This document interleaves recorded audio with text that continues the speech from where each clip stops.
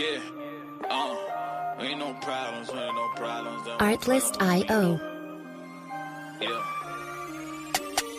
Took control, run the game. Best believe I'm shining, dog. Counting them my wins. Yeah, I love it when they count me out.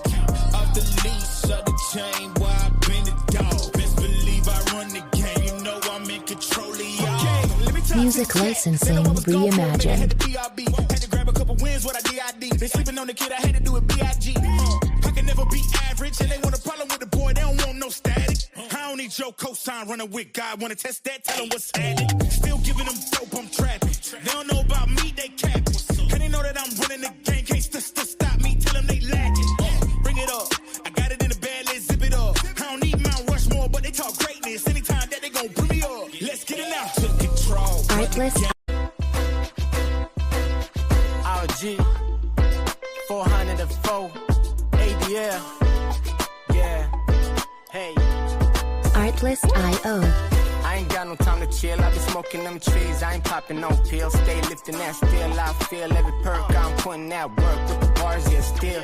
No Olympics. Flip bars with the skills. You can feel it. Man, I'm hungry. I need me a meal. I'm different. Hate it or love it. I'm real. Pivot straight to the top. Fuck a deal. Music Man, this broke licensing shit lame. I better reimagined. stop playing. I'm trying to run game till y'all stop paying. Cause I'ma stop, babe.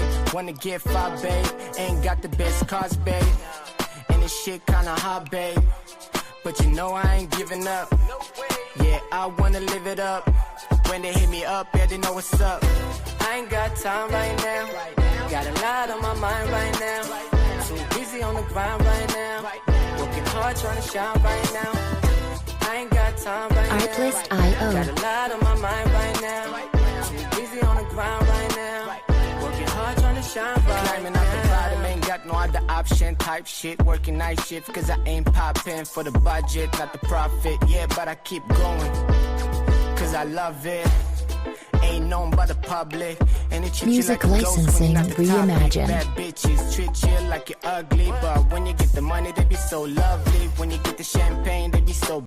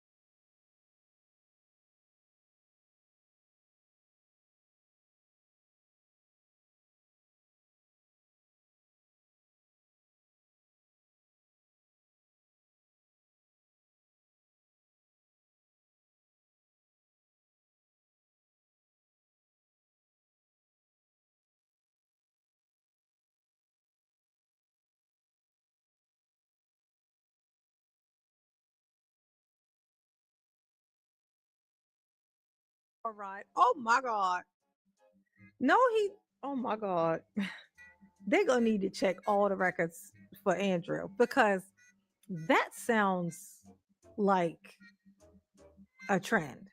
That sounds like a pattern. That's you find somebody who's been already abused. You plant yourself as someone who has helped them, who's been of assistance to them, and then you gonna go and pick them up, go on a car ride the girl for a car ride on Lakeshore Drive and asked her general questions about her past, including whether she missed working the streets. So, we got you off of them streets and stuff, because it's dangerous out there. You know what I'm saying? And it's like, so that's what I'm here for. That's why Steve Harvey and the presidents and stuff, they all gave me props because that's what I'm here for. And so, do you miss being a streetwalker or no? Oh my God. I can hear his voice saying that. Just so you know, I can hear it. Okay.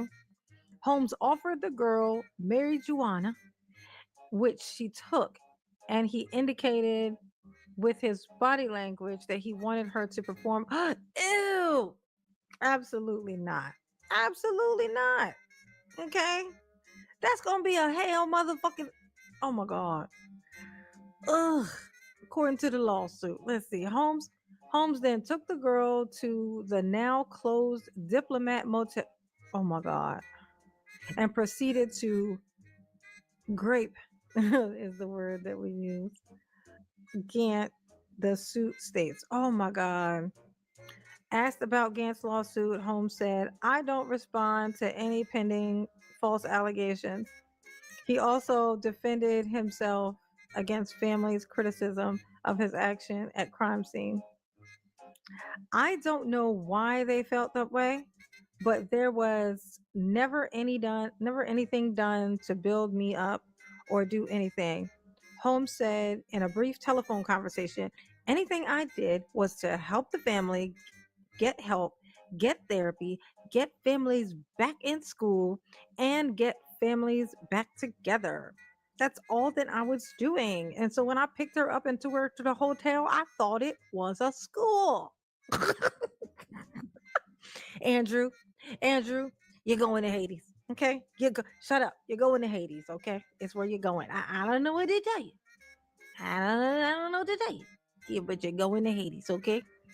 All right. Let's see. Holmes said he would ask an attorney to answer further questions from the Tribune, but did not say who was representing him.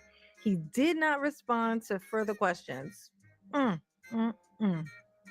That is crazy work.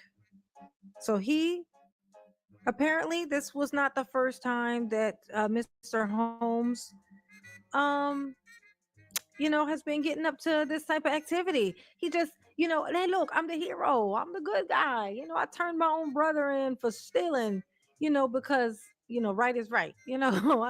I did, that's how people know they can trust me. I ratted out my own brother for being a porch pirate just for me to turn around and be a alleged rapist. You know what I'm saying? I'm just saying. Oh my God, it's so gross. It's so gross. Especially when you've seen the video of him dancing. It just makes, I know it's stupid, but it just makes it worse. I can't explain it. But if you see the video of him dancing, it just makes it worse. Okay. Hazel Crest Police Chief Mitchell Davis previously told the Tribune that Holmes' efforts on the street have helped law enforcement. Isn't that funny? He just pops up whenever something. Look at it. Look. Here he is standing here with his pants sagging. How you gonna lead the children into being more appropriate and good and right, and you won't even pull your fucking pants up? At the very least, they should see you with your pants up so you can lead by example. Pull your damn pants up, boys. That's what you do. Okay. How you gonna tell them to pull their pants up and yours is you busting a sag yourself? Hey, y'all want some marijuana? That's probably what he's saying. Y'all know some girls? Oh my God. Allegedly, or whatever. How are we supposed to say it? My theory. How about that? Okay. Andrew Holmes left talks with fellow community activist Jedediah Brown. Oh, that's him talking to Jed. Where's Jed? Which one's Jed? I think that's Jed over here.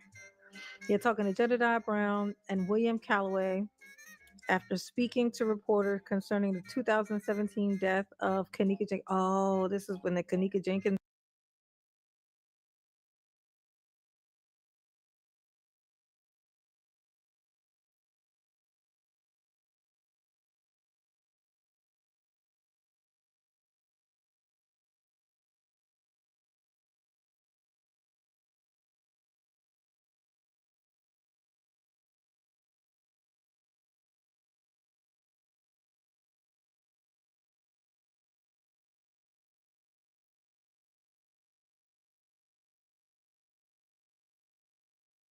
Jenkins thing was happening in the Rosemont Hotel. Oh, is this what the activists do?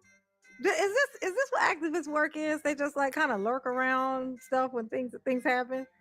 I can see it because I remember what's that guy that he's like the well-known activist The black activist guy, always his hair permed, the hair be slicked back,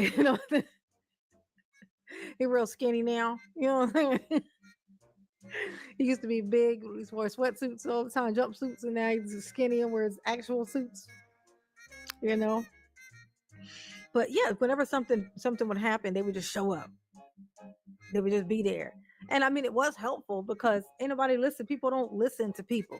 And then there's these people who know how to get people to look and listen and pay attention. It's like, say something weird happens to you and you're standing outside and you're trying to explain what's going on and you're saying, it's this and this. And then and nobody wants to listen. The police ain't paying you no fucking mind. And then here comes this fucking activist with a big ass mouth, and he come and he be like, what happened now?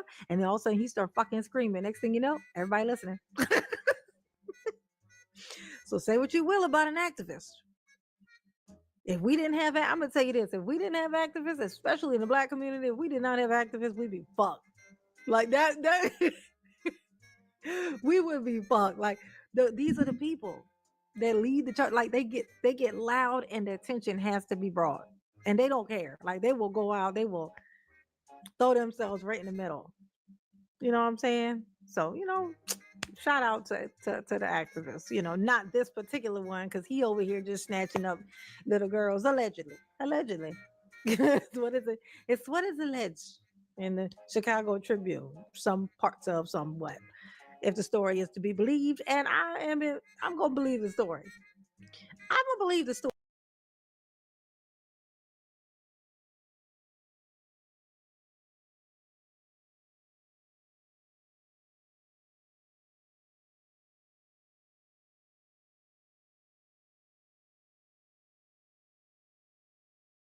Some more drama in South suburban Dalton tonight, where the mayor is the focus of an ongoing corruption investigation.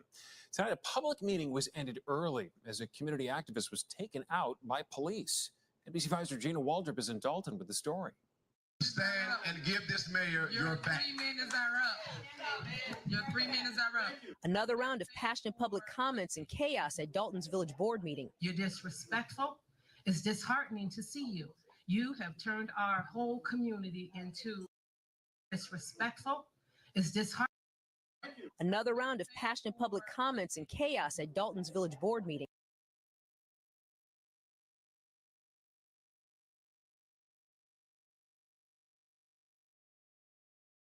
You're disrespectful. It's disheartening to see you. You have turned our whole community into, I don't want to use that word, let's say a circus. Distressed residents and others giving governmental leaders an earful. You look at all the greats before me, whether it's the Malcolm X.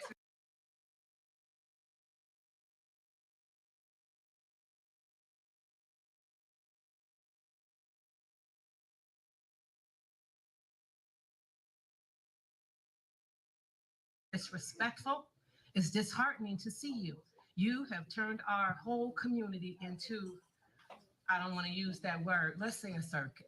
Distressed residents and others giving governmental leaders an earful. You look at all the greats before me, whether it's the Malcolm X's, whether it's, you look at all the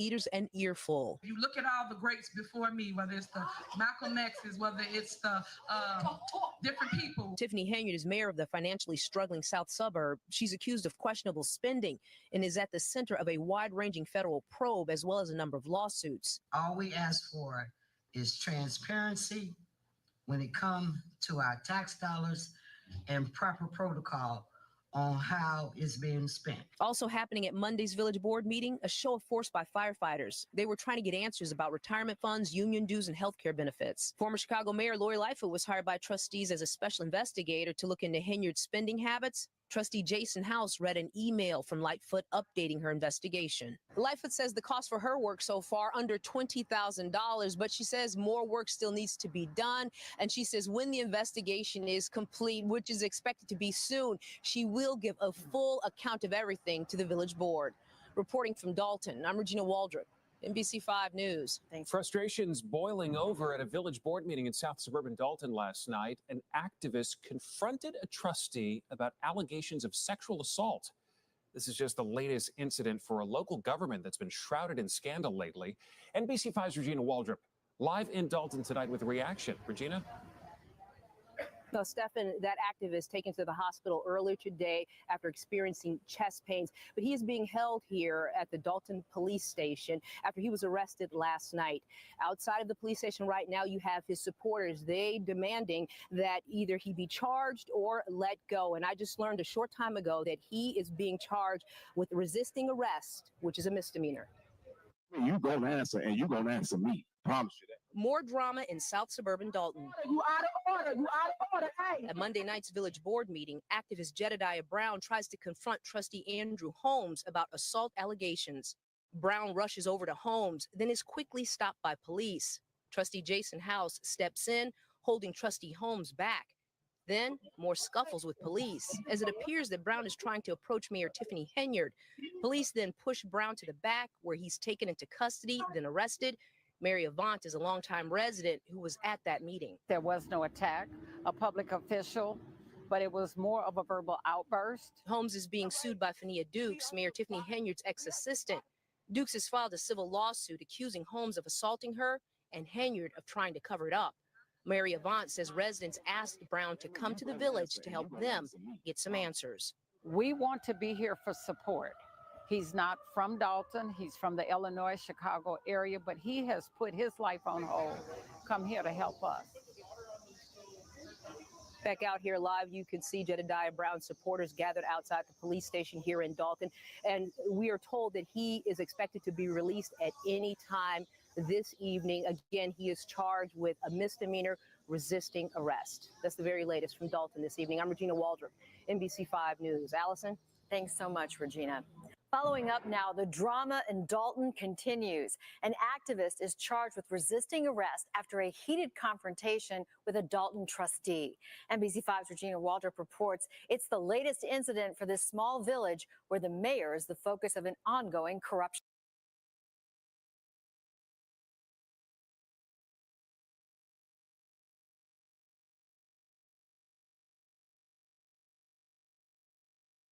Investigation. You gonna answer, and you gonna answer me. Promise you that. Sharp words followed by a showdown.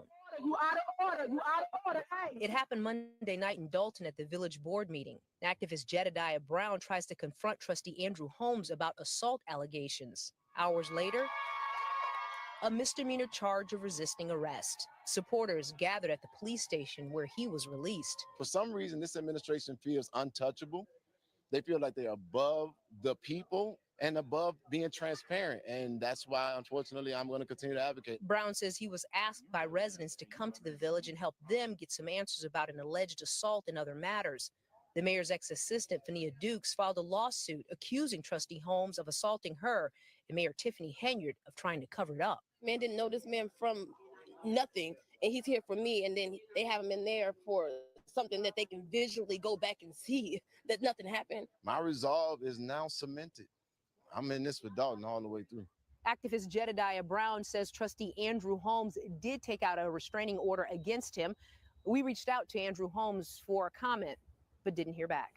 In Dalton, I'm Regina Waldrop, NBC5 News.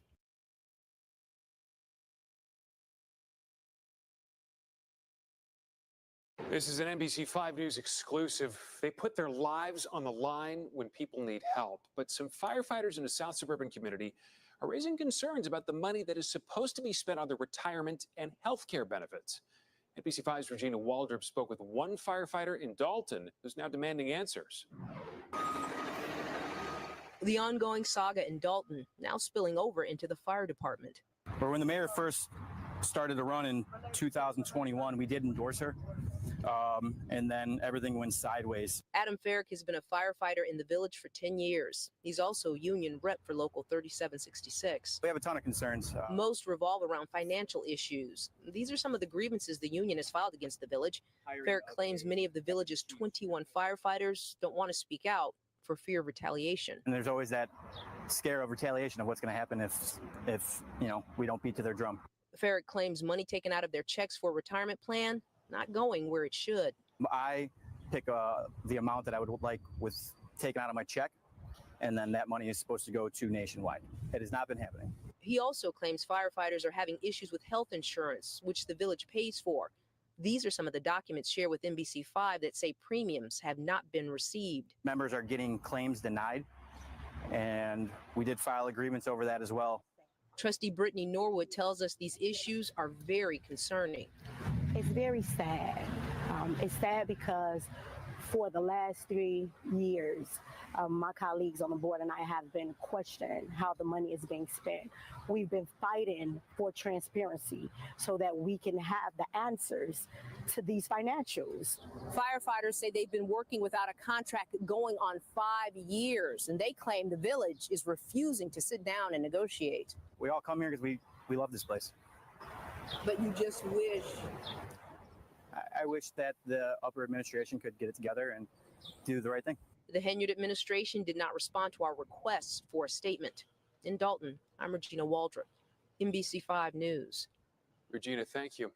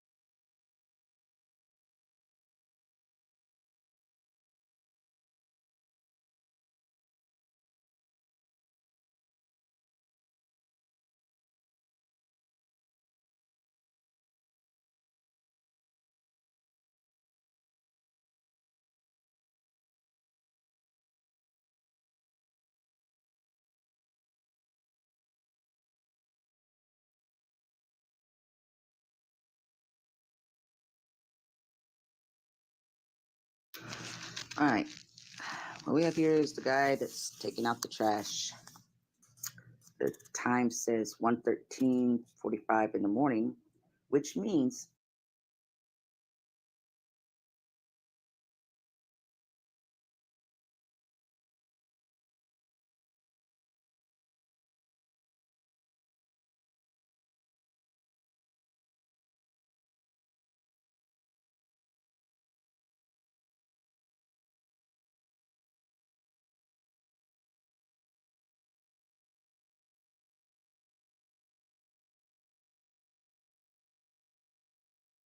Man, it's credibility right now.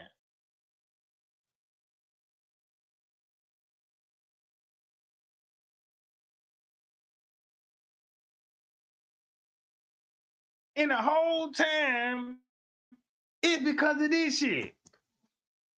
It's because of this shit, because they were like, damn, that nigga really watched that footage.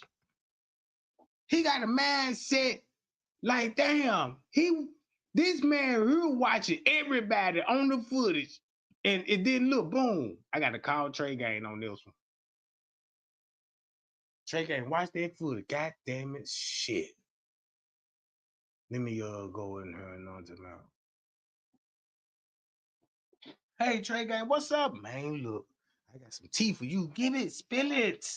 Yeah, you know, I got this and I got that. And next thing you know, I'm going live, y'all. And then the shit they giving me got my views high. I'm talking about like, damn. Watch this. Look who y'all see on the footage. Boom. 521. Look, watch this.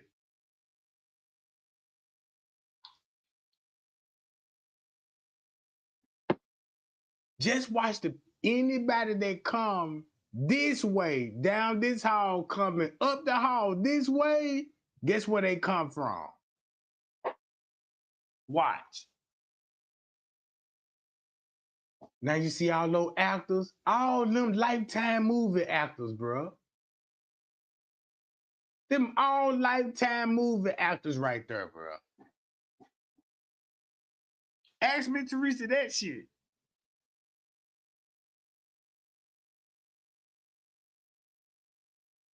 That's why they disappear at the top of the camera. Look, boom, all actors right here.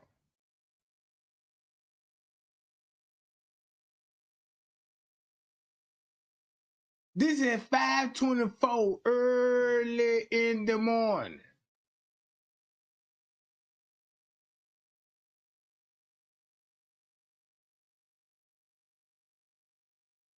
Look, blue shirts.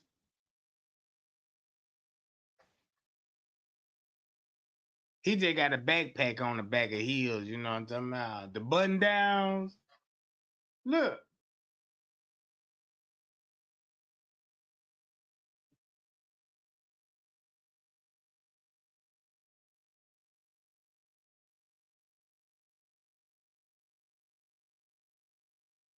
Watch this. Bam, look. Him.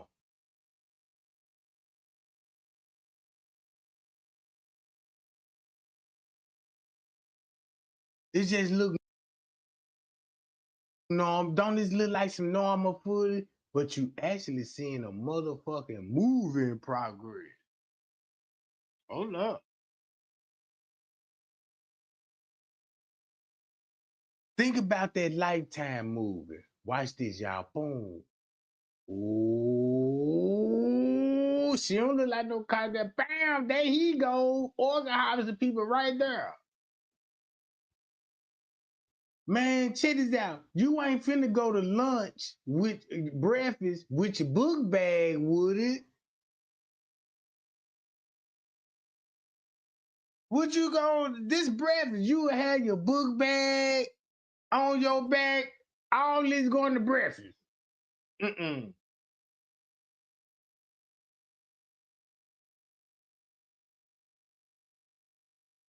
Look, it don't make sense.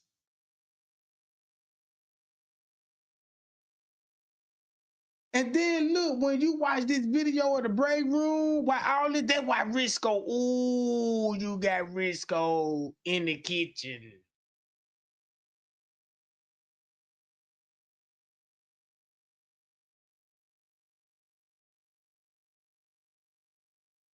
See that? Bam! Then look where they come from. Damn, where they come from? I don't remember seeing them. They just popped up all of a sudden, coming from where?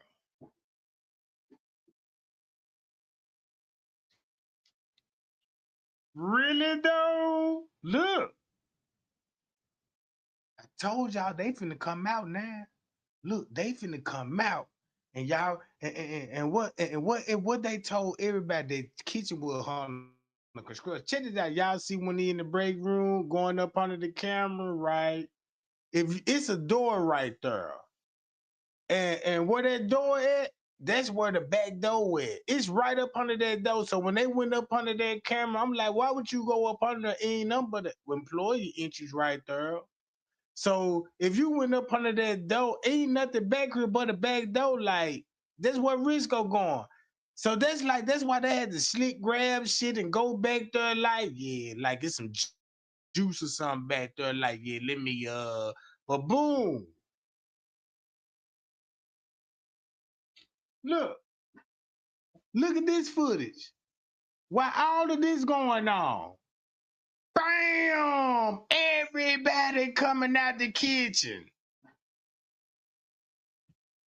Why Risco would be, whoa, in the kitchen with little me while everybody's sneaking from the dungeon?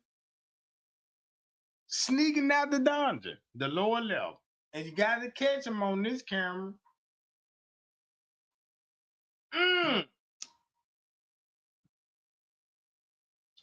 That's why you got the construction worker there. Shit, it all makes sense now. That's why you got the construction worker there early. And guess what? And everybody, if you follow his route, you're gonna be like, oh my God.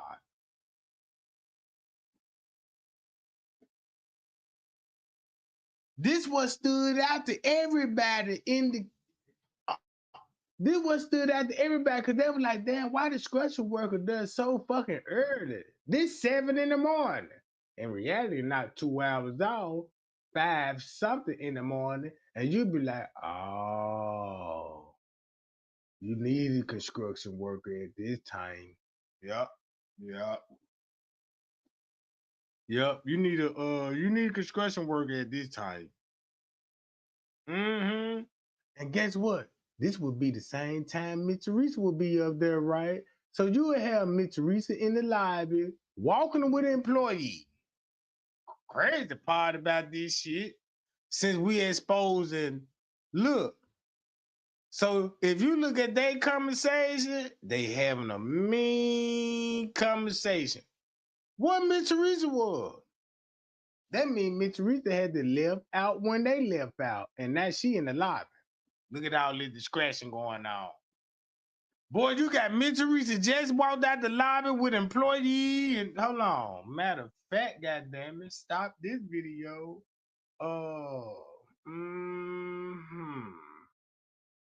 Watch this. I gotta go to Miss Teresa. Gotta go to my channel on that job. You know what I'm talking about? I gotta go to that channel. I gotta go to my video. I go to my playlist. Now I go to my video. I go to the oldest one and then scroll all the way down to when Miss Teresa was in the lobby, right? Tell man, I'm looking for my daughter, you know. I'm looking for my baby. Is this it? Now, don't need these two. Right here you go. Look what time this would be. That's why I had to share this shit, bro. Look. Guess what?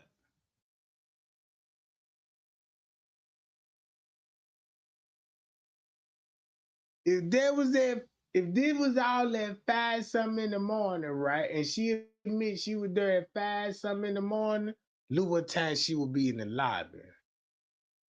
Hi, y'all.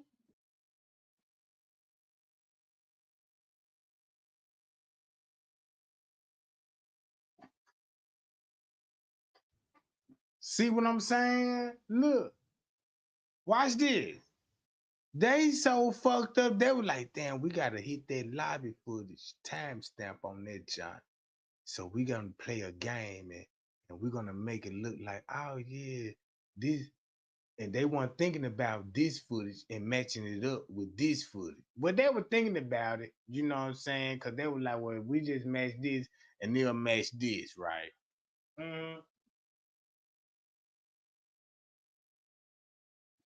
That's why she went, check this out. This a dead giveaway, cause look how she first came in that job. Look, watch how it was all set up. Watch this. Watch how it was all set up when she came in that job. There she go. See how he waiting on her? Lock eyes with her. Boom. You see how he come? You see, bam. Now that's how you try to make it look good.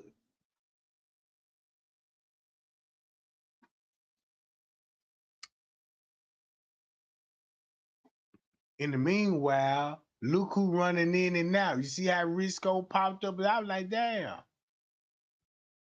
It's strange to me that if you looking for your daughter, I'm supposed to see you supposed to interact with Risco.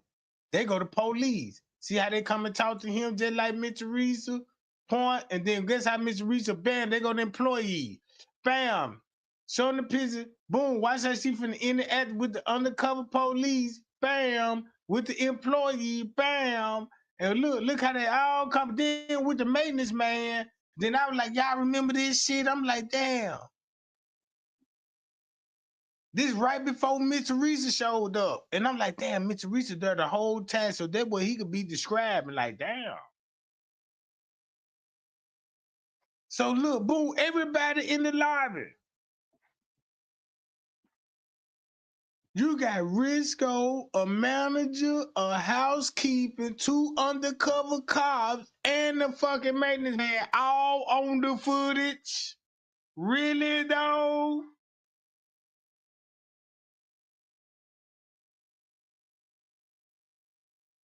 And if you looking at Miss Teresa, a money hungry broad, when she said, the police told me this is the first time they ever had to deal with attorney. Look at the trouble she causing. Shit. Man, that lady done got out of control. She thought she had the biggest lick in the world, bruh. Shut this live video and put Miss Teresa on blast. Check this out. Look at this timestamp on her. Watch this. Boom, I'm going to play him. You're going to be like, damn, that's why he there. That's why he there. Watch how everybody finna pop up.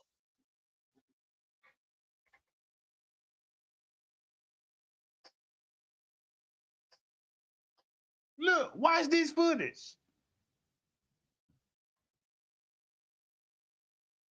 Miss Teresa sacrificed her, then she like, damn, then they go French K, bam, coming in. Then look, everybody there. Boom. Look. So I was like, ain't no possible way that you claiming your daughter missing and you got Risco, the manager, and the maintenance man right there, and you never talked to him. But you talking to in the house. You see how these people turn. Look how these people like, yeah, I ain't going right there. You know what I'm talking about? That bitch tripping. She making the scene. 21-17. We gotta give Miss Teresa a warning. You know what I'm talking about? Right? Right? Man, this shit hit so different because look, keep watching this footage. And this look, boom, French Cat, bam! She leaving. To ask Miss Teresa this, why you left with that same employee?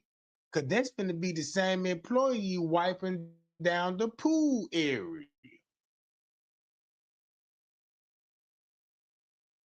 That's the same female that everybody saw wiping the goddamn back door down. Won't it make sense when you go back to her 911 call? Check this out. Fuck that. Play the goddamn 911 call. It'll make sense. I'm gonna make that bitch crash out some more. Kanika 911 call. Look.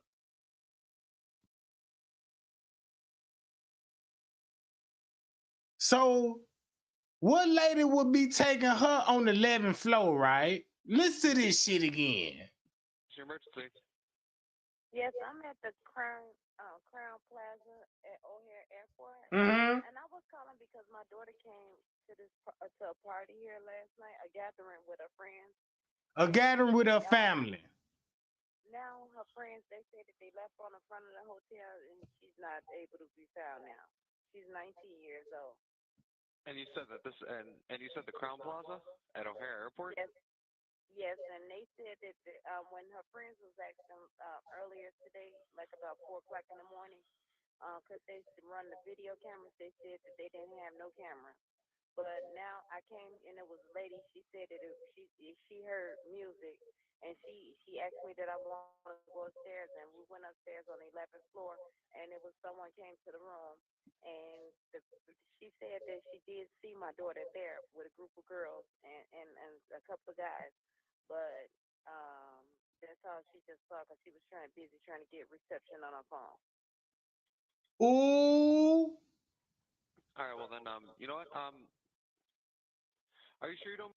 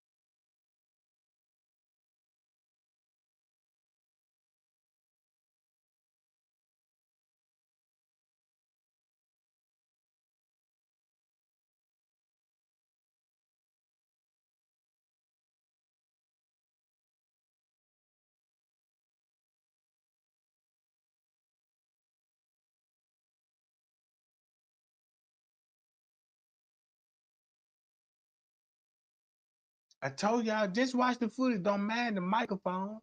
Since you want me to talk, all right. I ain't gonna mute this junk again. I just want you to hear what was going on 911 call. Miss Teresa leaving with a staff member. The staff member taking her where? To the 11th floor. And then look, if she taking her to the 11th floor, she said, yeah, I saw your daughter. She said, where you saw my daughter at? Downstairs with a group of girls and a group of guys. So I'm like, what? A group of girls and a group of guys? That's finna match up everything I was saying right here then. Hold on. Where is it? Right here. Cause what would be going on at 1 something in the morning, right? Group of girls and a group of guys. And look where they all going to, right? 1 something in the morning.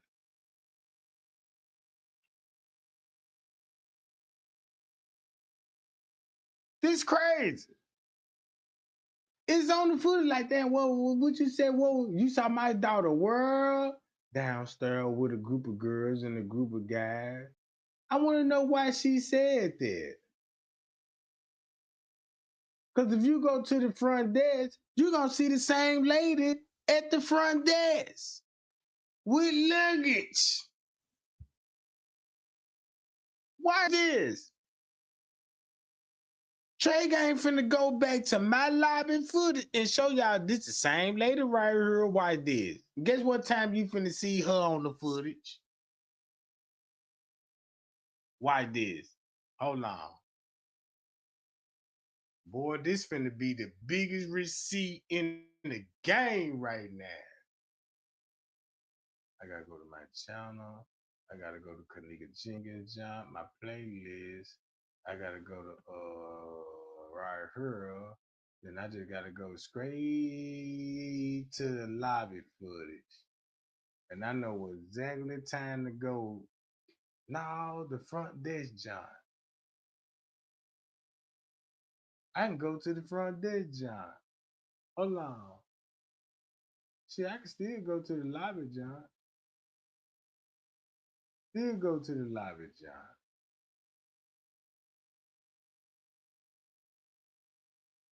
See, I can go to this video right here. Hold on, let me go to this video right quick, y'all.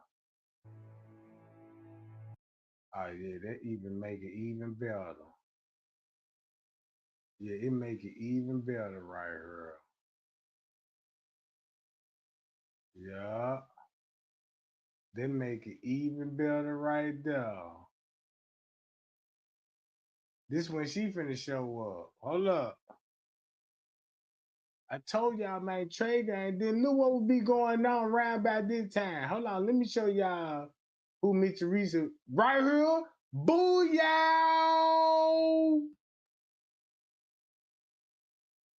Same hairstyle. Fuck you talking about. Boy, this shit gets serious. I'm over here sweating, gang. I'm sweating like a motherfucker over here. Look, ain't this the same motherfucker right here?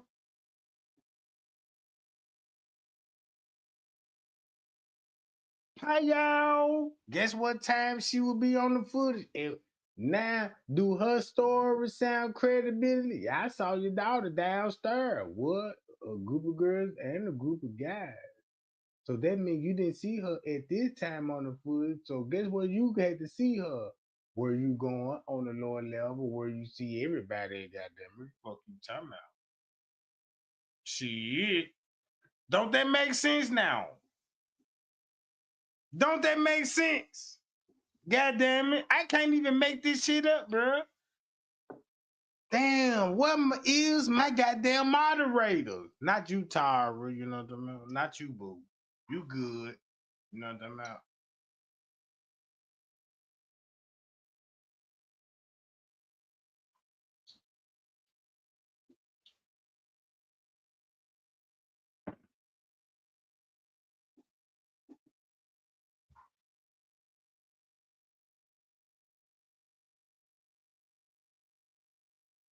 Shit. This the same bitch. This the same bitch here. Listen to what she said on the 911 call, gang. This the 911 call, what she said. And we went upstairs on the 11th floor, and it was someone came to the room, and she said that she did see my daughter there with a group of girls and a couple of guys, but that's all she just saw because she was busy trying to get reception on her phone. All right, well then, you know what? That's why she said she was trying to get reception on her phone because Yes, yes it is. I'm sorry, the Crown look. Plaza in Rosemont. That's exactly where it's at. That's why she said she was trying to get restrictions on her phone. Like, it's a Wi-Fi issue and all this. Because now y'all went in the area. You know what I'm saying? If I got a cell phone, now I walk in the freezer, I ain't going to have no signal. So they explain why you keep mentioning the signals and shit. They were trying to get signals on their phone. You ain't even get no signal when you're on the ground, bitch. Jesus Christ. But God.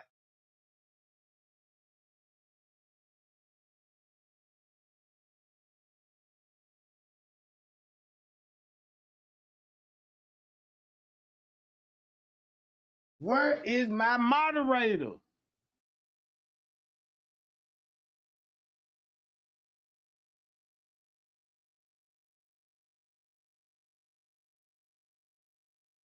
Damn.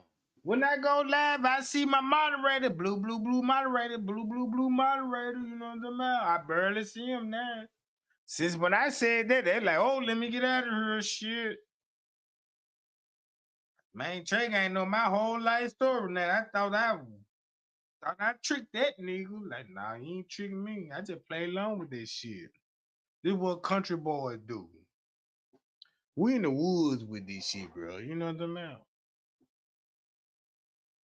My gosh.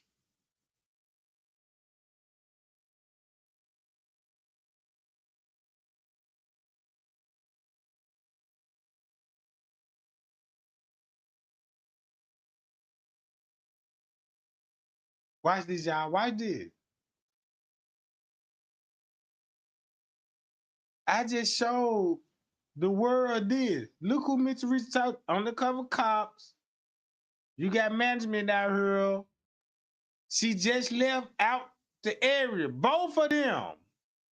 They was both down there. Then you got these motherfuckers. Look. Mitch Reese was like, damn, I pulled a smooth lick on their ass. Now I'm finna hit their ass now. They got me fucked up. I'm finna bust their ass now. That's how Mitch Reese think, cause now she's starting trouble. See that? This look like a greedy ass woman signed the contract with these people, like, yeah, let's do this. And Mitch Reese was like, damn, sin. She looking at it like, damn, I signed the contract and I agree with this. I can put them in the jam. Like, yeah, I got something on to my too. But it ain't working on her end though. Look, this what she agreed to. If you watch this footage here alone, these the same people she signed the contract with. Look, they on the footage. Look at all these boxes. Once you watch the footage, you're gonna be like, I want to watch this footage. I want to see where all these boxes go. Since they went in ballroom and all this old shit, I want to see what the, you know, I just want to be curious, like, damn, you rent this room, like, you know what I'm saying? Just look at this footage alone. It's a body blow once you understand it.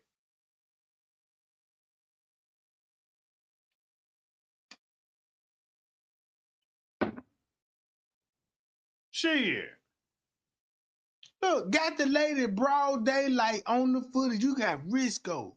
Cause when I watching that footage, I'm like, damn, Mr. Reese, I kind of look at you different because I'm like, this the man you need to be talking to right here, and nobody points you to him.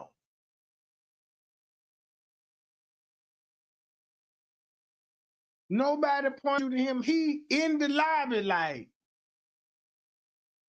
him. Nobody didn't point you to him. Damn, you say your daughter Miss Hunt. Talk to him. He the man around here. You know, he got access to everything. So this is the man you need to talk to. None of that on the footage. Guess who she left out with? They look like Risco hot about that. That's why she there by herself.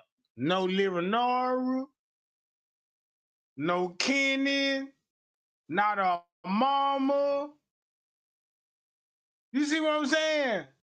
At least you would think, because I was like, damn, if I was in that position, and I pray to God I'd never been in that position, but if I was in that position, this would make it look so funny that, like, damn, if you showed up at the hotel by yourself, why you ain't call your mama and people that come up there with you, like, and then you drop them off. Man, nobody ain't finna, no, I ain't dropping no motherfucker out, right?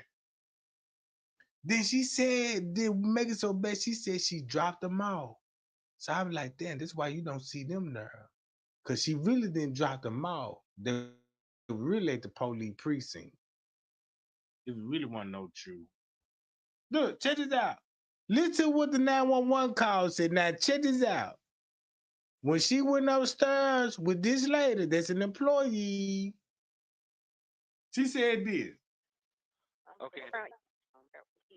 When her friends was asking earlier today, like about 4 o'clock in the morning, because they run the video cameras, they said that they didn't have no cameras. But Keep this in mind. On the court papers, Miss Teresa was talking to security at 2:30 a.m. in the morning about checking the camera. So that's when the fit at 2 a.m. When she said 4 a.m., it's 2 a.m., right? And look what it'll look like when you be like, damn, Trey Gang, 2 a.m., she in contact with security. Oh, this whole 911 stage. But now I came and there was a lady. She said that she heard music, and she asked me that I want to go upstairs, and we went upstairs on the 11th floor, and it was someone came to the room, and I thought the party was on the 9th floor. Well, where'd you hear music from the 11th floor? And they said they seen your daughter there too on the 11th floor. Maybe they seen your other daughter. I mean, the other girl, the other Kanika. Ooh wee! Shit. What if they seen the other Kanika? Everybody know who the other Kanika is, right? Pay-yow. Man, I'm seeing through the game. Shit, get those lights up right now, gang. Man, we work too hard for this shit, man. We need to get that 200 light, share this shit, because your share button is the nuke button right now.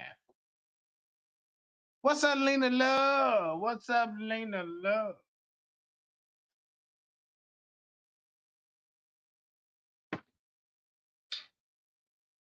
Finna go down because I'm calling out all moderators. I got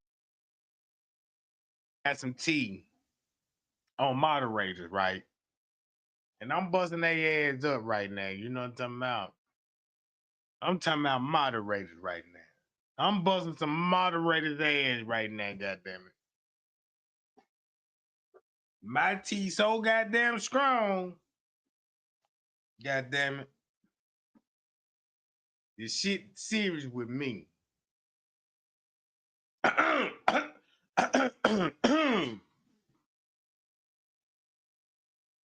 Watch this, y'all. Check this out, y'all. All right, y'all heard what Miss Teresa said? All right. Since we know what's going on in the footage now, like, yeah, this at 5 something. Remember this 911 call, right? So they said this was supposed to be going on at 7 something, right? Miss Teresa like, yeah, this was a 911 call. So that means that Miss Teresa came from the dungeon, like every other bastard came from the dungeon on this camera, right? So that's why they matched the phone 911 call with this, right? So when you go to the footage, it's because, Miss Teresa, you weren't supposed to come in the hotel, really. You really supposed to stay off the camera. But you violated and you came back in and fucked the whole footage off. That's why you got the undercover coming in there like, what the fuck is this lady doing? Because this is footage they can't edit. This is footage they can't edit.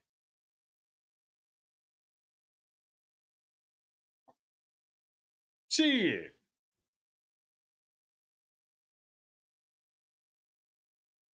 Damn, Mr. Glow, what's funny, Mr. G Flow? Boy, I told y'all there's another moderator got. Look, you see I clipped this angel wing, like, yep, you are up. Still in the comment. Still in the goddamn comment, like everything cool, like nobody don't know your wings been clipped. Stop it.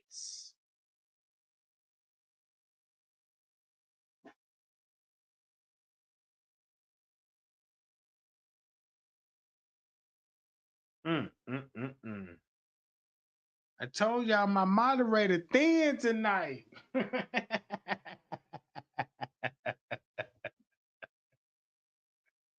Man, it's like I need to play Call of Duty on this motherfucker, bro. Cause I'm like, man, I need to. Boy, these all headshots. Pause, goddammit. Pause, but if I gotta give niggas some headshots, I give it to him. Pause on that one.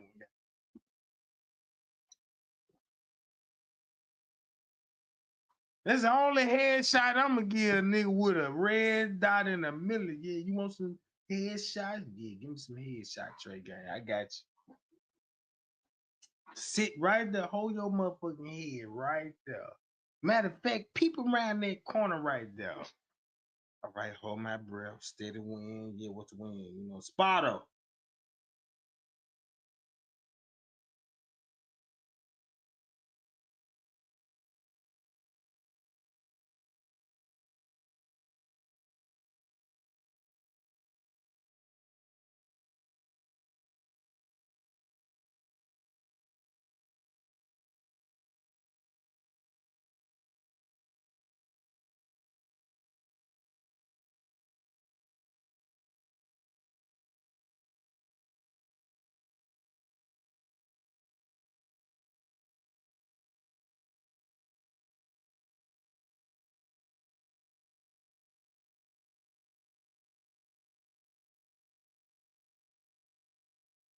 Stumbling through the hallways, through the kitchen, but no camera ever captured her entering the freezer.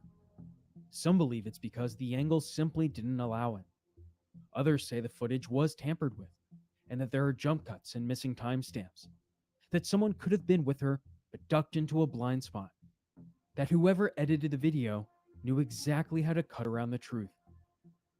There was also some debate over the mechanics of the freezer door itself. One camp argued the latch could lock someone inside. Others pointed to the police walkthrough, where the door seemed to reopen on its own, and said no, it didn't work properly, that she should have been able to push it open, that she should have gotten out. The more people dug, the more strange details surfaced. A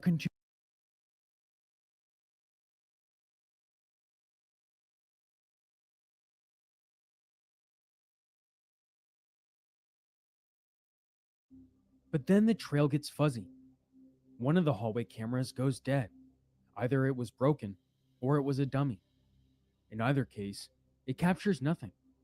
So we pick her up next on a different feed, ascending a stairwell and entering what's referred to as the kosher kitchen. With a trove of CCTV tapes either misplaced or destroyed entirely.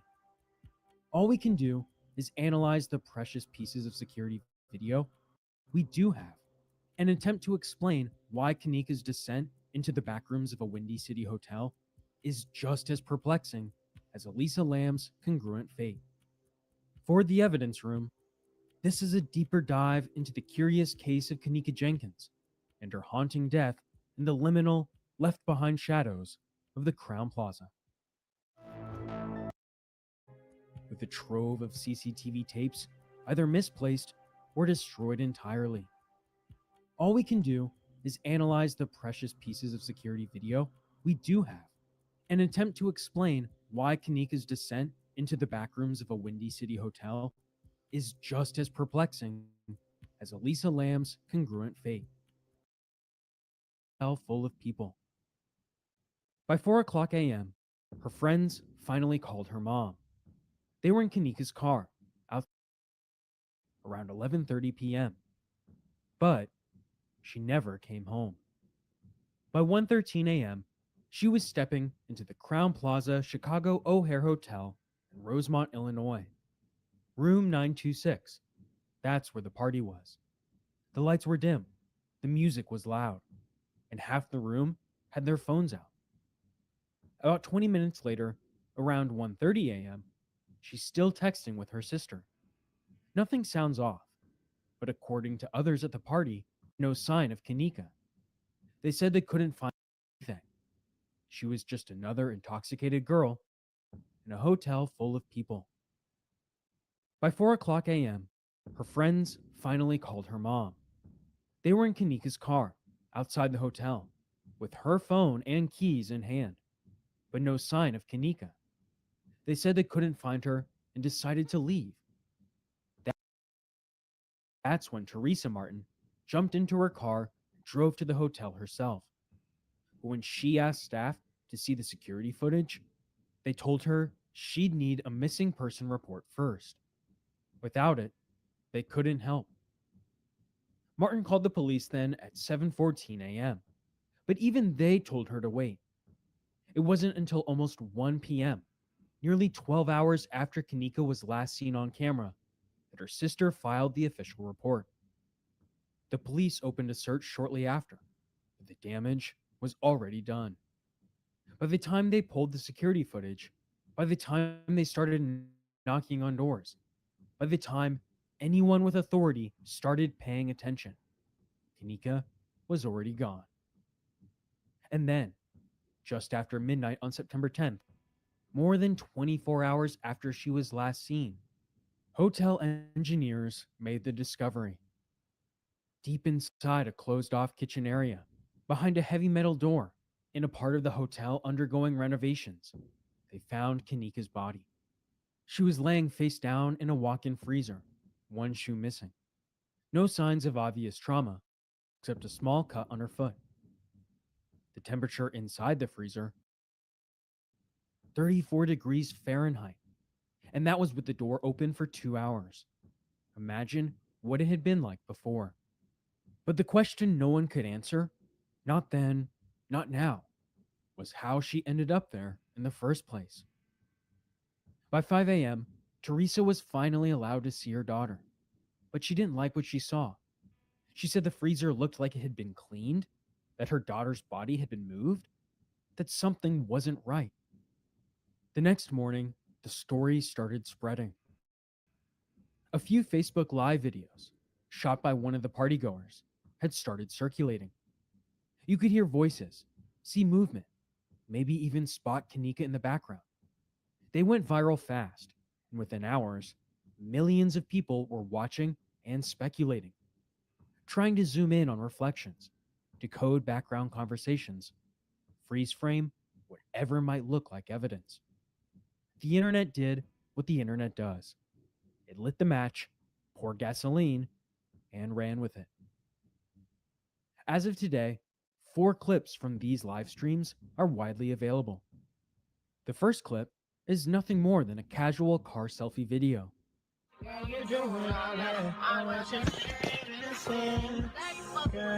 touch your name on my head.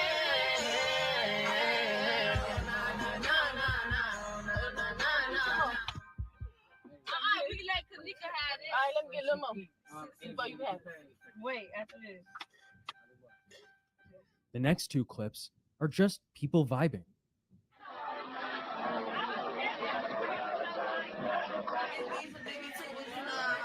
That gyro shit dead here tonight. That gyro shit dead here tonight. We're for the Renegade. We Renegade. We crazy crew, baby. But the 4th one in particular stands out. A woman in dark sunglasses staring into the front-facing camera for 6 full minutes while the party rages behind her. I wonder if I haven't got a grandma. Someone didn't tell me what's happening. I wonder if I haven't got a hammer. Slow you roll, What you say about that kid? What you say about that, bro?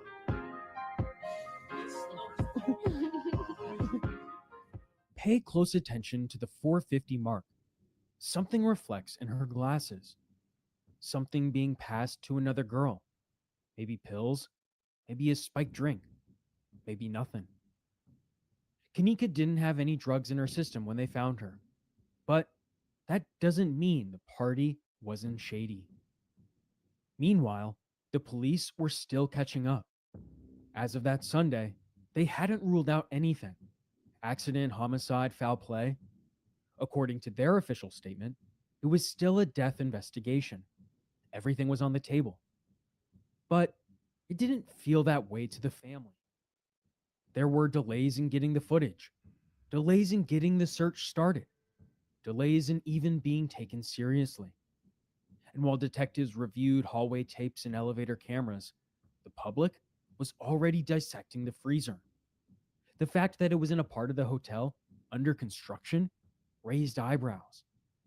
So did the hotel's insistence on waiting for a report before even reviewing the tapes. So did the absence of answers. A week later, the Rosemont Police Department stepped forward with an official update. It was their attempt to quiet the noise and show that, despite appearances, the investigation hadn't gone cold. According to their statement, detectives had already interviewed 25 individuals, 16 of whom were confirmed to have been inside the hotel room during the party that night. 8 interviews had taken place that same day, but they estimated that 31 people were in that room in total. 31. That meant nearly half were still unaccounted for. 15 names missing were simply not cooperating. They emphasized that they weren't working alone. The department said repeatedly it was coordinating with the Chicago police and other agencies to identify the rest of the guests. They'd received over 500 tips and leads and claimed they were following up on every single one of them. Back at the crime scene, police used 3D imaging equipment to digitally map the area and reconstruct Kanika's last known movements.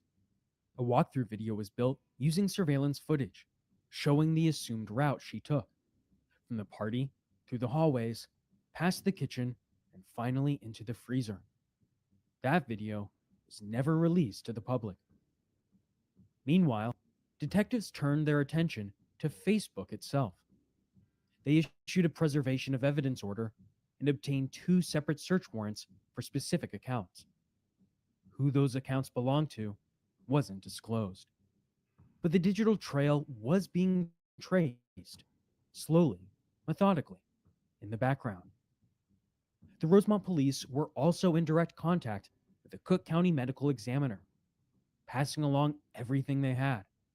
The surveillance video, witness interviews, timelines, scene photos. But the autopsy results still weren't ready. The medical examiner even stated they would hold off on any public statements until their investigation was complete. One of the more curious revelations came buried in the release. The hotel room that hosted the party hadn't even been booked legally. Back on September 7th, 2 days before Kanika was found, a black male and black female had checked into the Crowne Plaza using a credit card obtained through identity theft. That was now a separate, open investigation, one that added another strange layer to a case already overflowing with unanswered questions.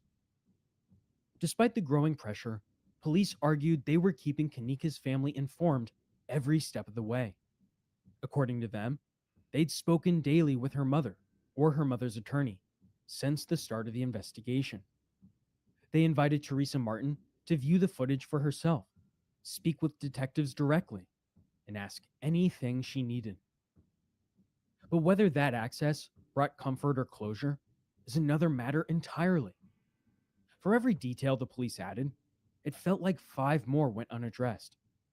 The crowd inside room 926, the strange backroom path that led Kanika to a freezer in a section of the hotel no guest should have ever accessed, the unanswered knocks on those hotel doors, and the digital trails scattered across the internet, grainy and incomplete. The more the police said, the more obvious it became. The full story was still out of reach. In fact, it was up to the general public to exit law enforcement's version of reality and dive headfirst into the back rooms of the Crowne Plaza Chicago O'Hare Hotel.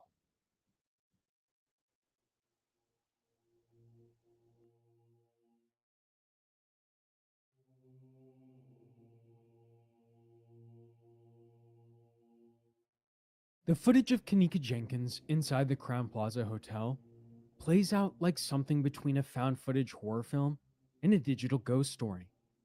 Her final movements, tracked across a spider web of motion-activated security cameras, show her weaving unsteadily through narrow hallways, empty service corridors, and silent, forgotten kitchens.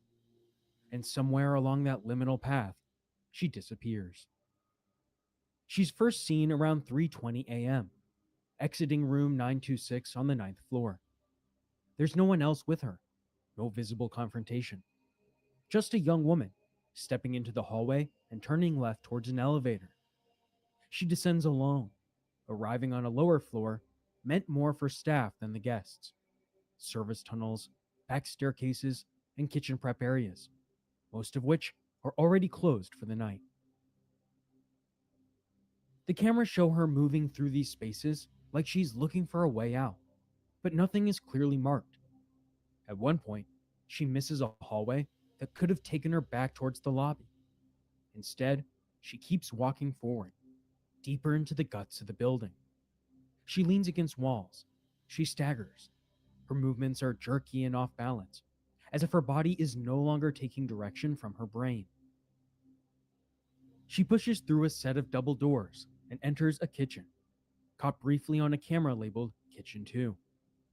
From there, she makes her way towards a lower level bathroom, which she enters and exits multiple times. The footage here is clipped and jarring, broken up by the camera's motion sensors, each clip starting and stopping with a strange rhythm, creating artificial time jumps that only add to the unease. Eventually, she retraces her steps. She walks back through the same door she entered moments before. But then the trail gets fuzzy. One of the hallway cameras goes dead. Either it was broken or it was a dummy. In either case, it captures nothing. So we pick her up next on a different feed, ascending a stairwell and entering what's referred to as the kosher kitchen, a second floor food prep area supposedly not in use that night. This is where the footage gets hard to stomach. There's something about watching her alone in that cavernous room, drifting past prep tables and steel refrigerators in silence. It feels otherworldly. Every surface is gleaming metal. There's no sound, no one comes in, and no one follows. It's just her, lost in these back rooms of a building that suddenly feels endless. She walks past a cooler, then turns around, heads back, and she stops at a pair of doors. One leads to a walk-in cooler, the other to a commercial freezer. The final clip shows her moving towards them, and then she's gone. There's no footage of her actually entering the freezer, but by the time investigators arrived, that's where they'd find her, curled up in the dark corner with one shoe off and her body already stiff from the cold. The freezer was pitch black, no lights, no windows, and temperatures that hovered just below 32 degrees Fahrenheit. Even in the photos taken after the door was propped open, icicles can be seen hanging from the metal surfaces. Her hair appears wet and frizzed, consistent with moisture freezing and thawing in the enclosed air. The door had a mechanism that could also automatically latch shut. Police would later suggest that she likely wandered in by accident, mistaking the freezer for an exit and becoming trapped inside. And maybe that's exactly what happened, but that explanation doesn't make it any less terrifying. Because what sticks with people isn't just the footage of her staggering through those hallways. It's where she was. The kitchens, the stairwells, the unmarked doors. All of it reads like a real-life version of the, quote, back rooms. A concept from internet folklore describing an endless maze of empty rooms where people vanish and reality breaks down.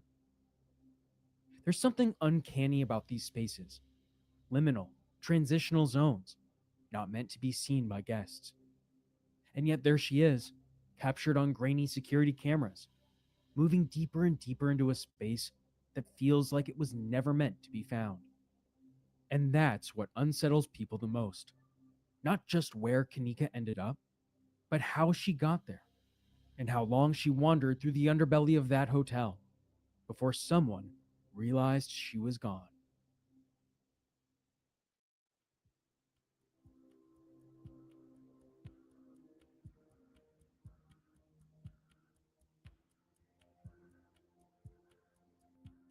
The walk-in freezer where Kenneka Jenkins was found wasn't part of any active kitchen service.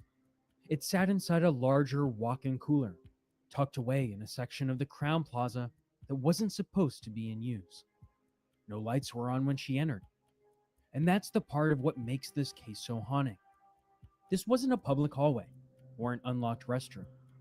This was a closed-off food prep area, kept dark and quiet, yet still cold enough to kill. Investigators later said The freezer had been leased out to a restaurant operating elsewhere in the hotel, which explained why it was still running. But that didn't explain everything. Not why the lights were off, not why there was no signage, no barrier, no locked door, and certainly not why, in the era of full building surveillance, there wasn't a single camera that captured her stepping inside. CNN would later confirm that the motion-triggered cameras in the kitchen hallway showed Kenneka walking, but did not show her entering the freezer. Still, community activist Andrew Holmes claimed he'd seen police footage where she did, alone and with no one nearby. Police never released such footage and later confirmed they did not suspect foul play, though they stressed the case was still open when the autopsy came out. That same autopsy of Kenneka Jenkins was performed just hours after her body was found, and it offered more clarity than most of the wild theories spinning through the internet at the time. Kenneka had died inside the walk-in freezer, and the report, released by the Cook County Medical Examiner, painted a grim but straightforward picture. She froze to death. Kenneka was 19 years old, well-nourished, no signs of pre-existing health conditions that would explain what happened. She was found wearing a white top, jeans, a denim jacket, and one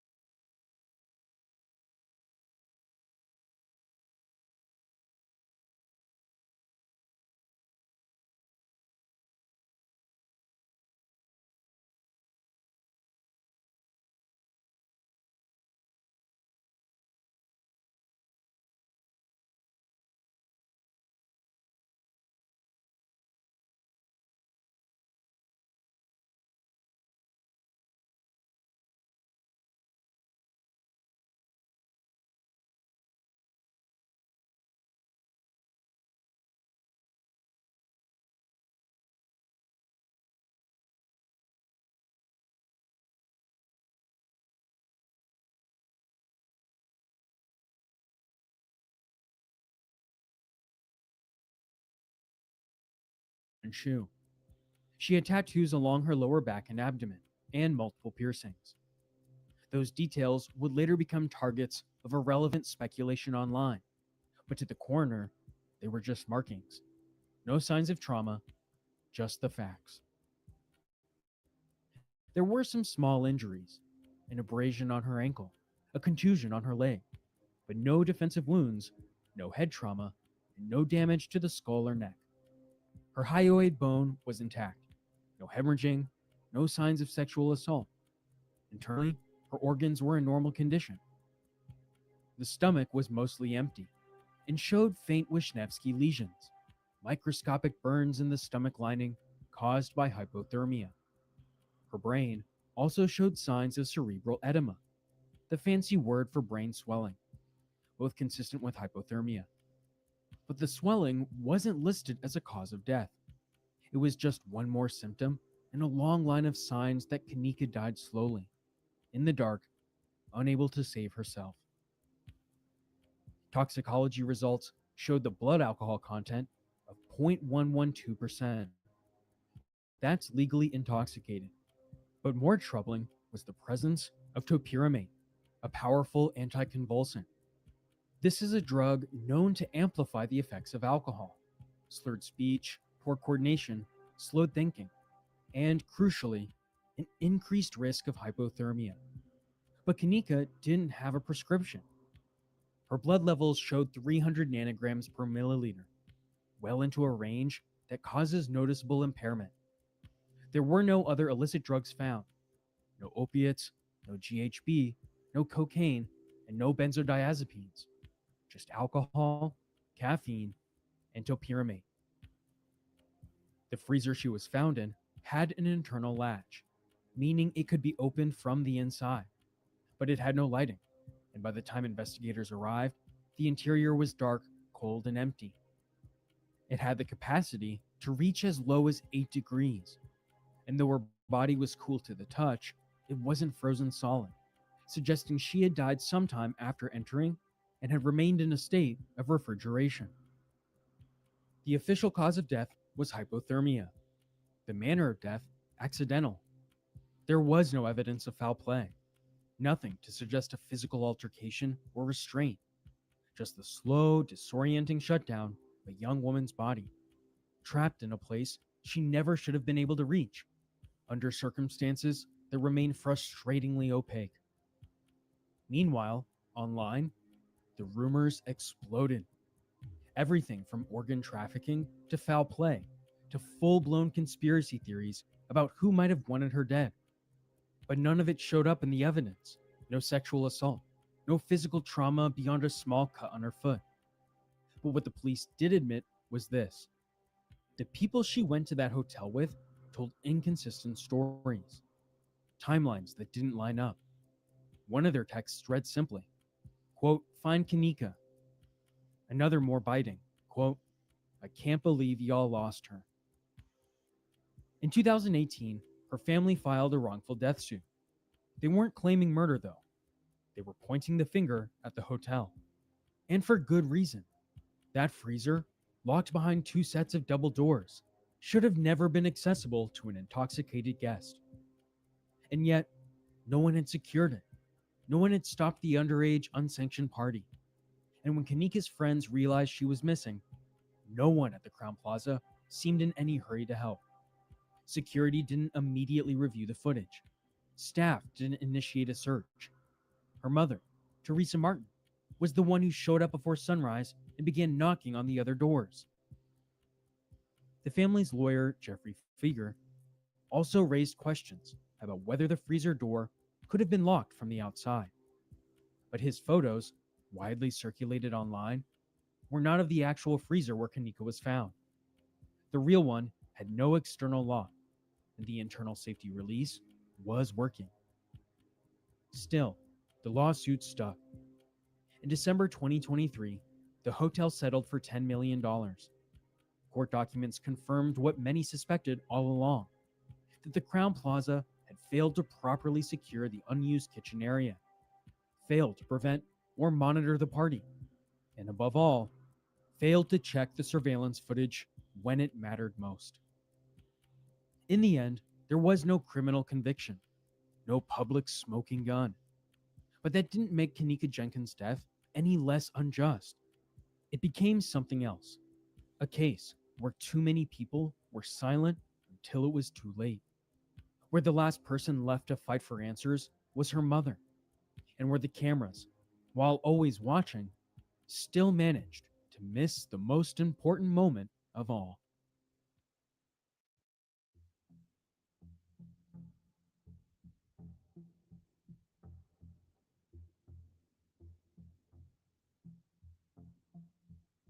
In the aftermath of Kenneka Jenkins' death, viewers and internet sleuths picked apart the footage frame by frame, searching for the answer to the question that still doesn't sit right.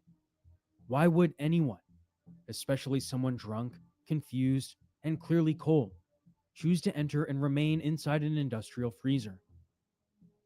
For anyone who's ever had a night out, who's been intoxicated, or wandered half lost back to their apartment after a party, there's a limit. That deep instinctive line where comfort gives way to alarm. A freezing metal box doesn't fall on the right side of that line. Even under the influence, most people don't willingly walk into pain, especially not the kind that bites instantly, seizes your chest, and forces your body to react. And yet, that's where Kenneka ended up. The freezer wasn't just some backroom cooler off a hallway. It was nested inside another walk-in chamber at the end of a winding off-limits route. Double doors, service corridors, a stairwell, and a kitchen that hadn't been in active use. Even people who work in these kinds of buildings can get turned around. For Kanika to find it required a strange specific path. Too specific for something random. Not impossible, but not easy either. Those who think it was just disoriented wandering point to other tragedies. People passing out drunk in snowbanks, never waking up. That kind of impaired judgment isn't rare. But this wasn't a field. This was a steel box with a heavy self-closing door and no light inside. It would have felt hostile the moment she opened it. And yet, she stepped inside. Didn't leave. Didn't fight her way out. Some believe she fell, that maybe the cold or her physical state overwhelmed her instantly. Others wonder if she passed out and never regained an. Those who think it was just disoriented wandering point to other tragedies. People passing out drunk in snowbanks, never waking up. That kind of impaired judgment isn't rare. But this wasn't a field. This was a steel box with a heavy self-closing door and no light inside. It would have felt hostile the moment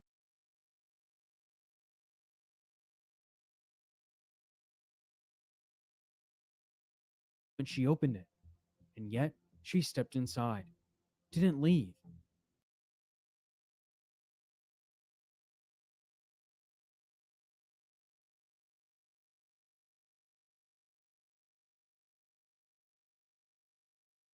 Opened it. And yet, she stepped inside. Didn't leave.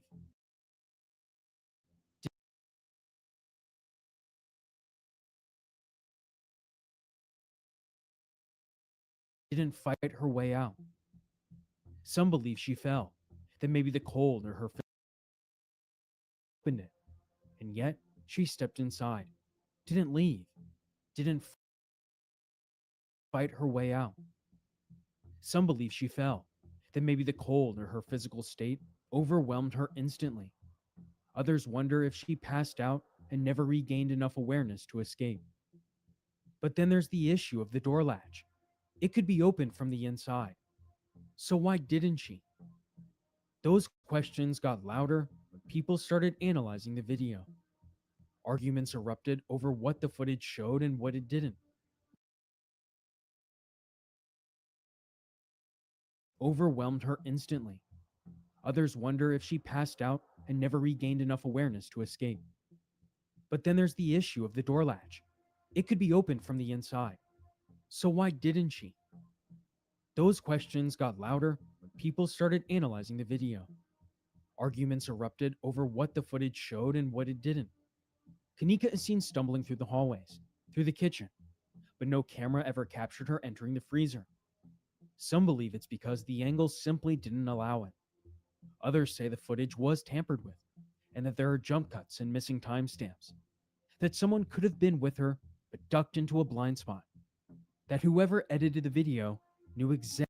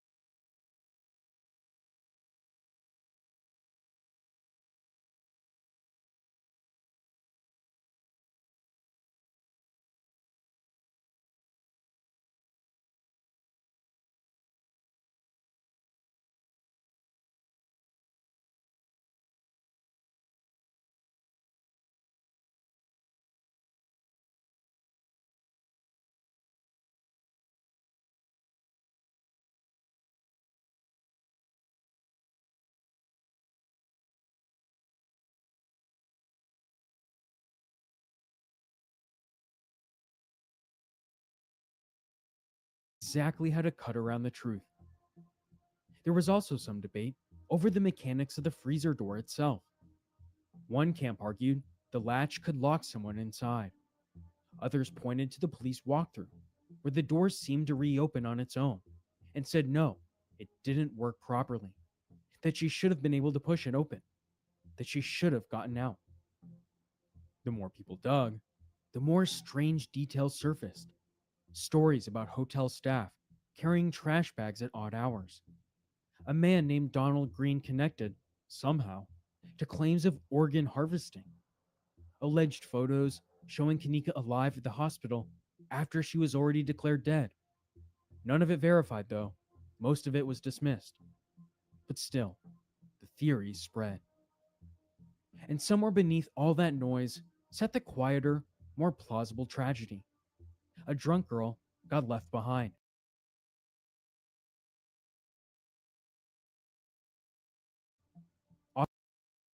Offered medicine she was not prescribed. No one stayed with her. No one intervened. No one checked the cameras fast enough. She wandered off while her friends were outside in her car with her phone, calling her mom to say she was missing. She died alone in a kitchen no guest should have had access to, while security footage rolled on without anyone watching. Even those who reject the conspiracies are left unsettled. Not because there's proof of foul play, but because so many things had to go wrong for this to happen. The drugs, the alcohol, the negligence, the delay, the design of the building itself. You could spend forever trying to find the exact moment where it all turned irreversible. But sometimes, it's not a single act that kills a person. It's every little detail and every little failure compounding into one big silence. Kanika Jenkins was 19 years old. She had just started a new job at a nursing home and was talking about going back to school. Her friends described her as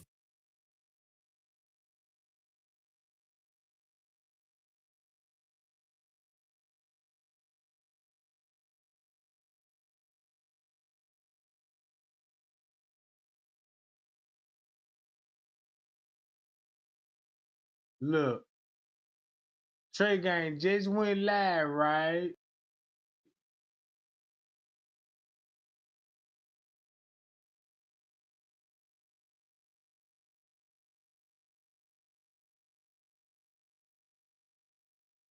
Let's go to 54.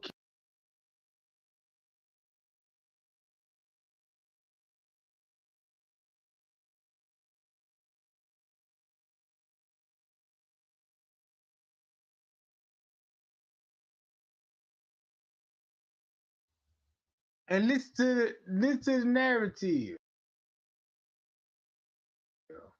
Yeah.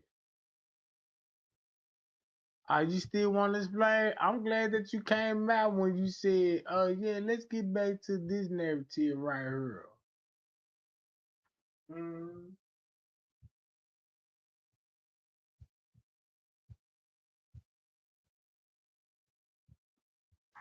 That ain't Kanika right there.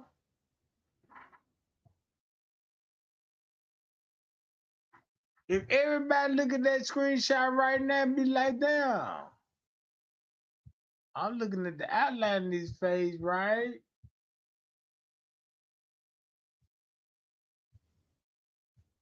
Right?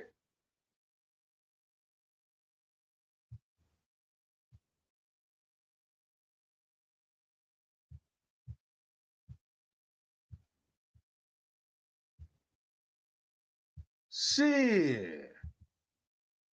Shit. I thought that was Tenacious. Yeah, we all thought that was Tenacious, right? When it comes to this scene, shit, you look at, boy, once you look at it, you be like, that damn Trey Gang, you a bad motherfucker now. Who is the fuck telling you this shit?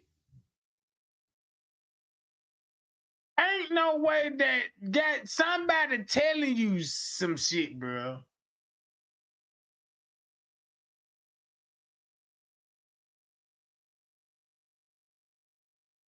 Y'all remember how those YouTubers like, that's Tanasia, that's Tanasia, that's Tanasia, that's Tanasia, that's Tanasia. Then look at her, look at this image. Like, damn, what the fuck? What, damn, Kanika her with flat irons straight, you know what I'm talking about? And I know how her was, but what the fuck going on with that?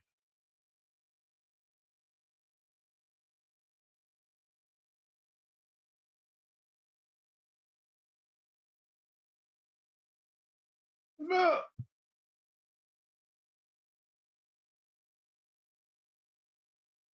Guess who's sharing it? Watch this. 54 keys. And I'm trying to tell everybody, I'm like, man, look, y'all. I know this might break a lot of y'all heart. Damn, 54, you is a part of this shit.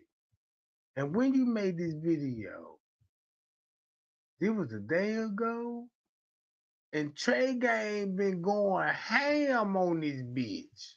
And you got, oh, that's why your video makes sense now. Cause look, watch this. Oh, it makes sense now.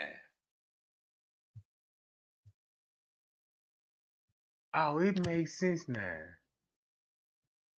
Yeah, it makes a lot of sense.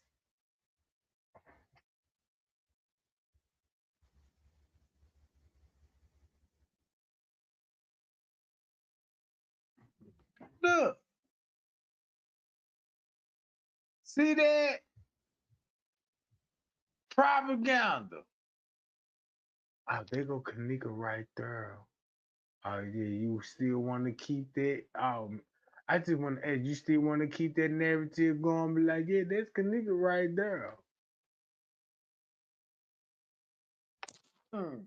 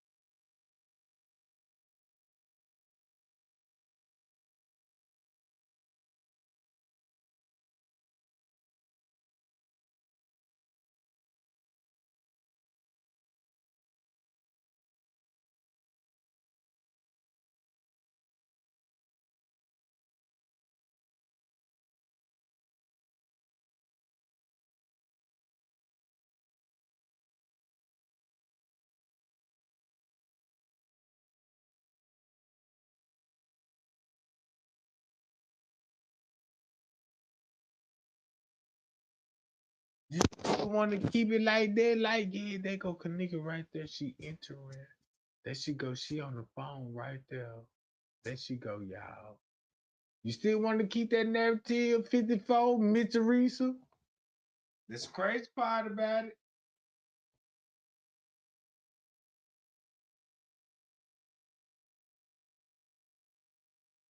Do they still want to keep that narrative going? Really, though?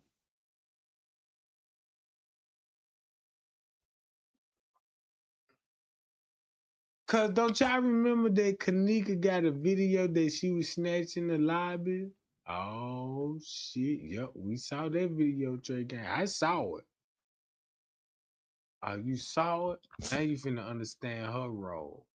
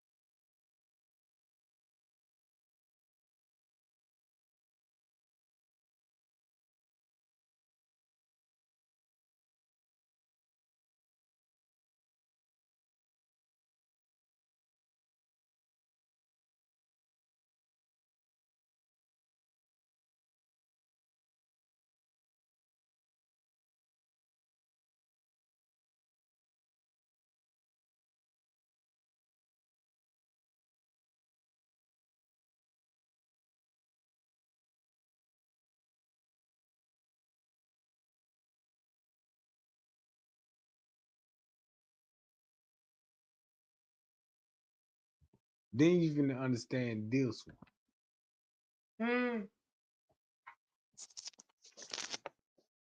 Then you finna understand the Irene Live video. That's why I told everybody. If you go to 54 Key channel, reach out to that lady, say Trey Gang want to rap with 54 Keys since you said you on their ass and you want Justice for Kanika. Look what Trey Gang found out. And you did say 54 Key, like, yeah, I love Trey Gang because he be on it. And then look how I was on the case and had all this shit wrong. I had it correct now, but I had some certain things wrong about the case, you know what I'm saying? And they used it. Oh, man. Golly.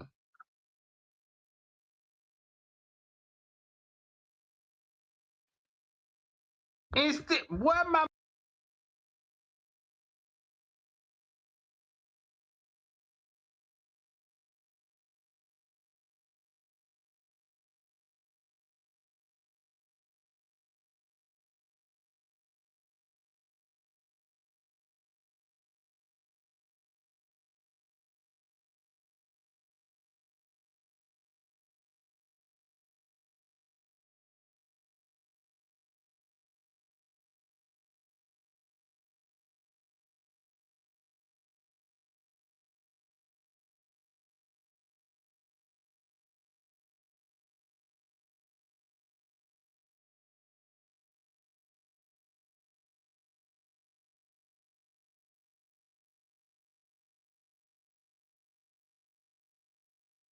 I believe the story for sure. Absolutely. Okay. Predators, this is the thing to know. Predators tend to like to take positions that put them in a position to be a predator. I know that was a circle that I just made with my words, but that is how that works. Okay. If you want to get a hold of little ones, what do? You become like a little Boy Scout or Girl Scout troop, whatever, person, or you be a camp instructor, whatever. The kids are there, parents aren't, whole fucking summer. So the predators, what do they want? They want to be the camp people. They want to be the, they want to work there at the camp. They get jobs so that they can prey. If you want to be a bully, what's the best job you can get? Fucking police officer. You get paid and you can bully the shit out of people and get away with it. You take certain jobs. So what it is, so him wanting to have that position, it's always going to put him in access to, guess what? Mostly it's going to be women. Most victims are going to be women. If they're not women, then they're children. And guess what children have? Mothers. So if the child ain't old enough, which apparently for him is just, I guess, 14 or 16, it's good enough age. If the kid ain't old enough for him to do something to, then the kid has a mother.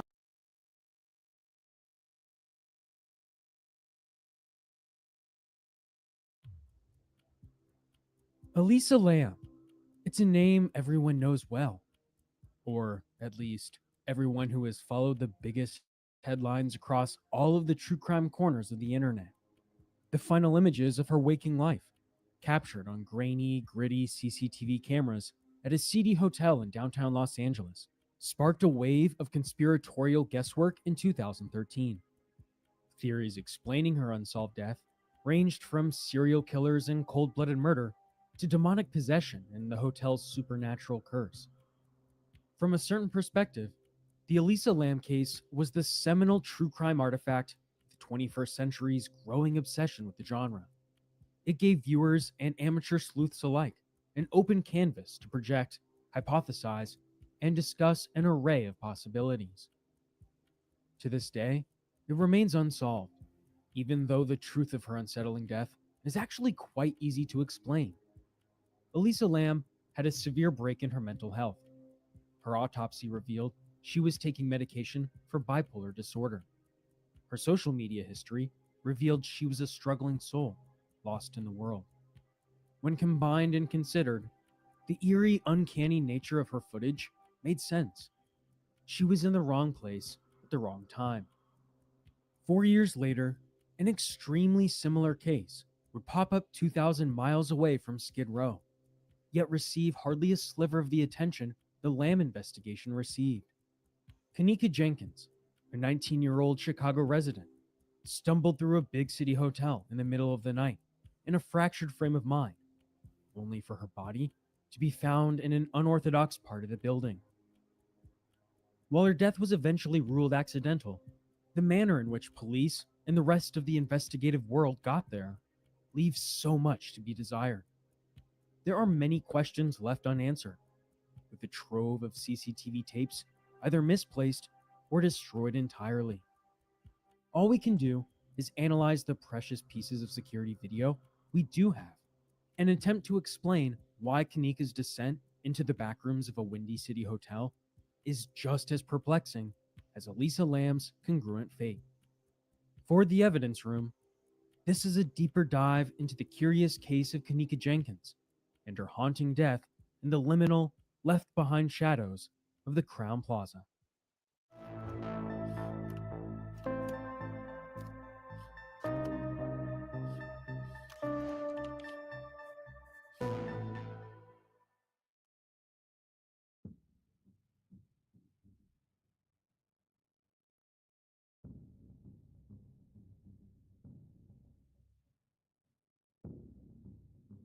It started out like any other Friday night.